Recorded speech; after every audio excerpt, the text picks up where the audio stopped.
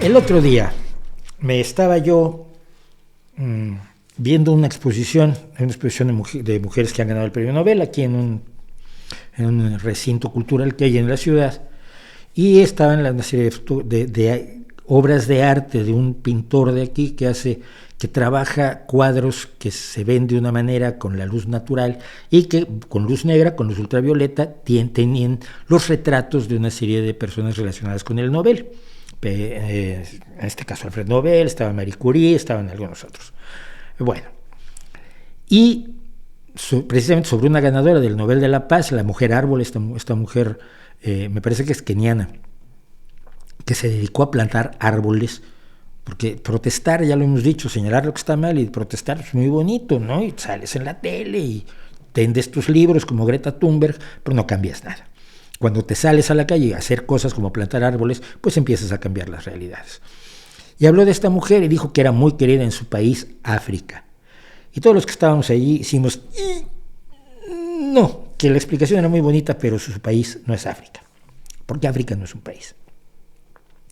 Mucha gente en todo el mundo habla de África como si fuera eso, como si fuera un país, y además es un país pequeñito, ¿no? Todo el mundo es igual, todo el mundo habla igual, todo el mundo se ve igual, todo el mundo camina igual, todo el mundo come igual, todo el mundo tiene las mismas guerras cuando las tienen.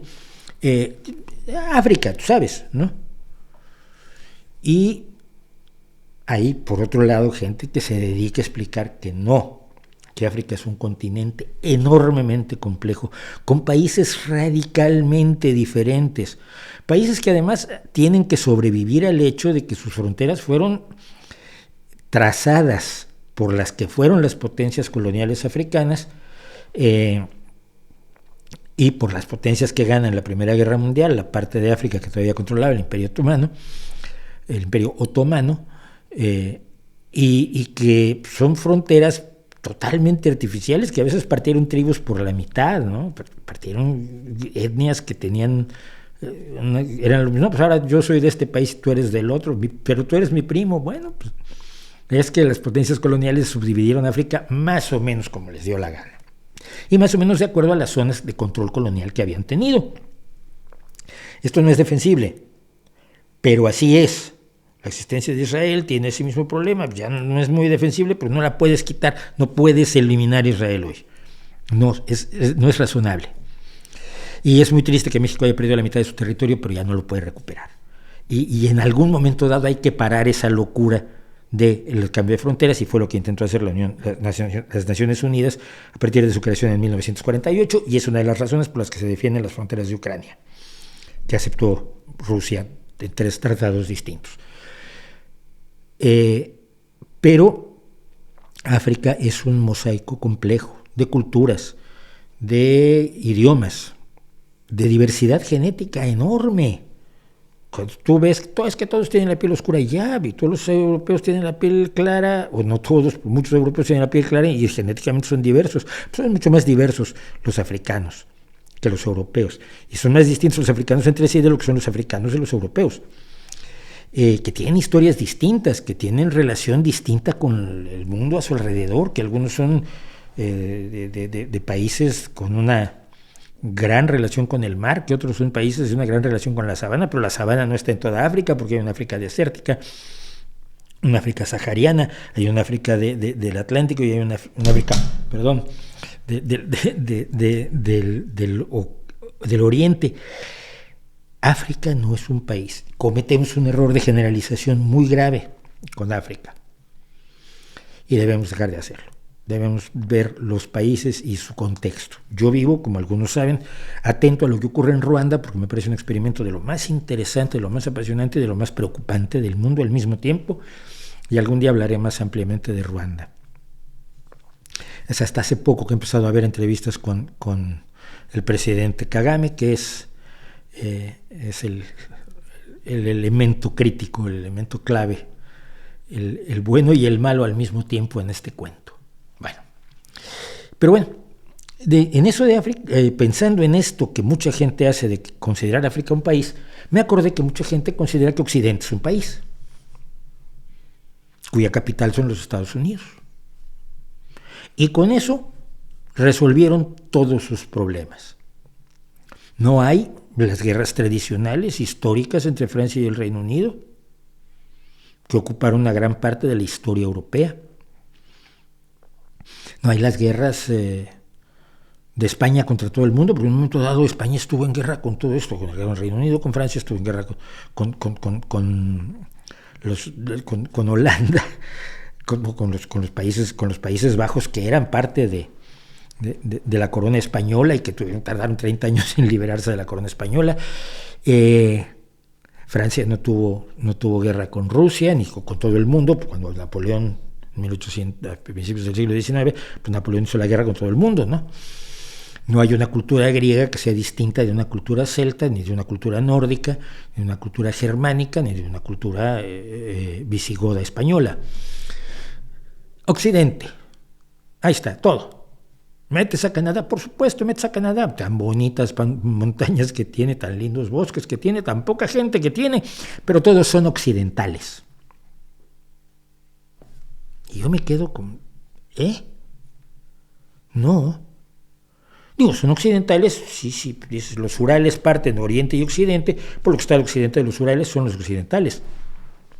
Pero no tienen ni los mismos intereses económicos, ni los mismos intereses políticos, ni la misma cultura, ni la misma historia, ni las mismas etnias, ni las mismas aspiraciones, ni tienen una visión común hasta hace muy poco tiempo, que trata una parte de todos estos países de crear un futuro común y compartido a través de la Unión Europea, y cuesta un trabajo enorme y es muy difícil lo que se ha planteado el mundo a partir de la creación primero de la Unión del Carbón y el Acero, por una unión comercial que posteriormente avanza hacia el mercado común europeo, que después se convierte en la Unión Europea, hace muy poquitos años, pocas décadas.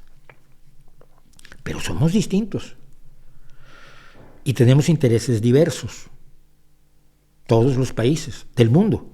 América Latina tampoco existe, es una invención, porque los problemas de Guatemala y los problemas de Argentina son radicalmente distintos, y por supuesto no tiene mucho que ver los problemas del Perú con los problemas de Colombia, o no tienen tanto que ver como para considerarlos un solo país. Esta visión generalizadora regionalista es peligrosísima cuando se habla de Occidente, entre otras cosas por lo que hablábamos, porque se considera que todos los países europeos funcionan al unísono bajo la dirección de los Estados Unidos, porque son aliados. Pero el ser aliados no significa absolutamente para nada la sumisión que algunos quieren ver, y esto fue clarísimo cuando Donald Trump estuvo al frente de los Estados Unidos. Propuso, creía que en la OTAN se pagaban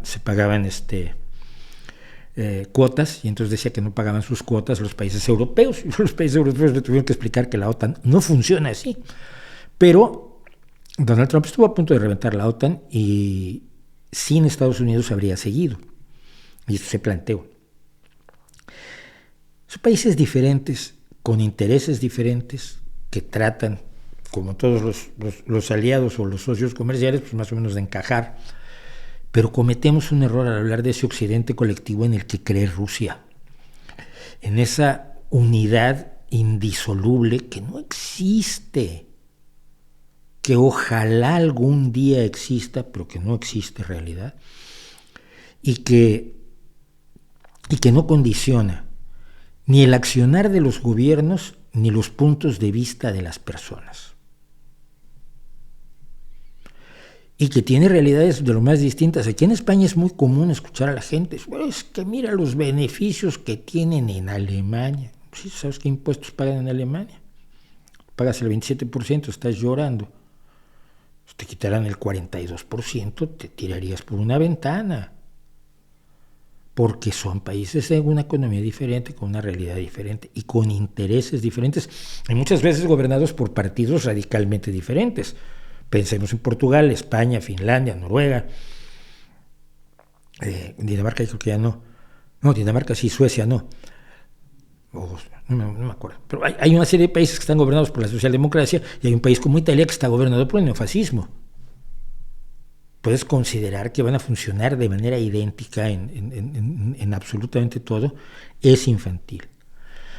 El occidente colectivo que Rusia ha creado como enemigo en su narrativa, yo deseo que un día exista, y no porque sea el occidente, ni mucho menos, pero en la medida en que no existe, tenemos que romper con la categorización casi racista que se hace respecto de Occidente. Es que la ciencia occidental, pues no, mira, es que la ciencia ocurrió por accidente en una serie de países que por accidente están al occidente de los Urales.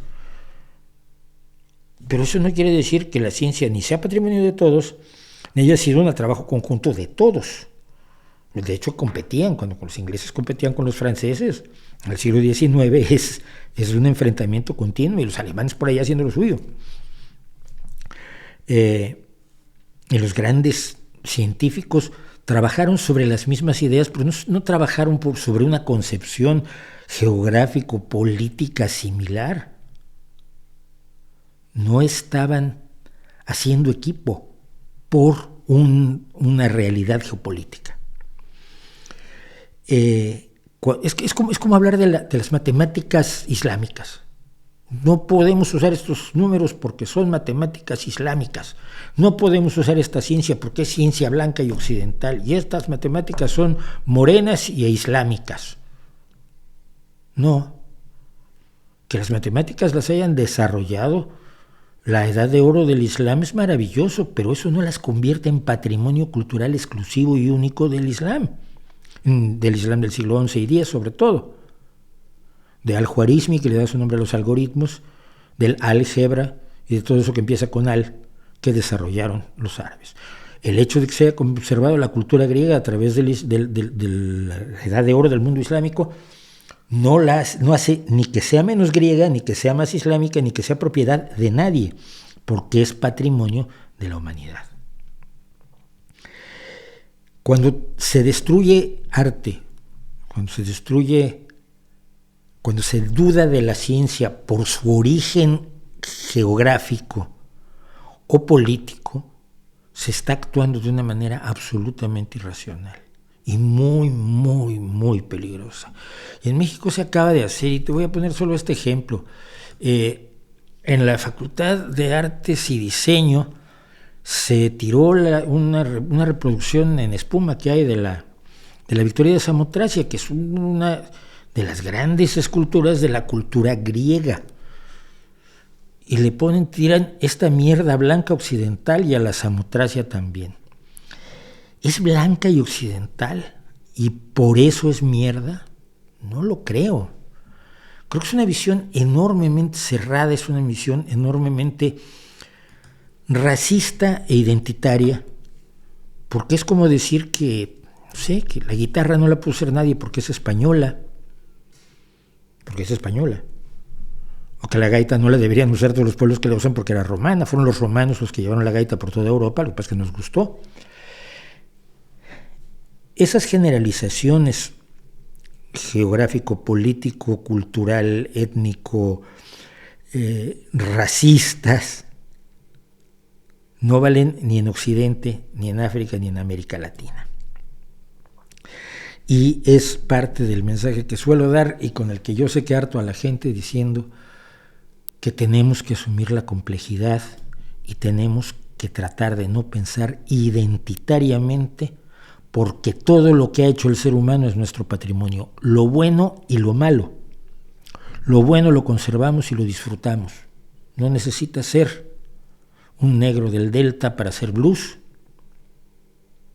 como no necesita ser un parisino malhumorado y enamorado para cantar a Jacques Brel. Y por supuesto no necesita ser un ruso adorador de Putin para disfrutar de la obertura 1812 de Piotr Ilich Tchaikovsky. Lo bueno es patrimonio de todos. Ciencia, arte, cultura, ideas, proyectos. Y lo malo es patrimonio de todos para que aprendamos de él. Y precisamente por eso no hay que olvidar ni reescribir el pasado, porque no podemos fingir que en el pasado éramos mejores personas de lo que somos hoy, porque no lo éramos. Si hubiéramos vivido en el pasado, habríamos sido tan racistas, tan sexistas, tan clasistas, tan monárquicos, tan aristocráticos, tan despreciablemente arrastrados, que nos daría vergüenza mirarnos al espejo. Porque hemos avanzado y hemos progresado gracias a la aportación de todos. Que no hay Van Gogh sin pintura, sin las impresiones, perdón, sin la gráfica japonesa, y no hay siglo XXI sin Van Gogh. ¿Ok?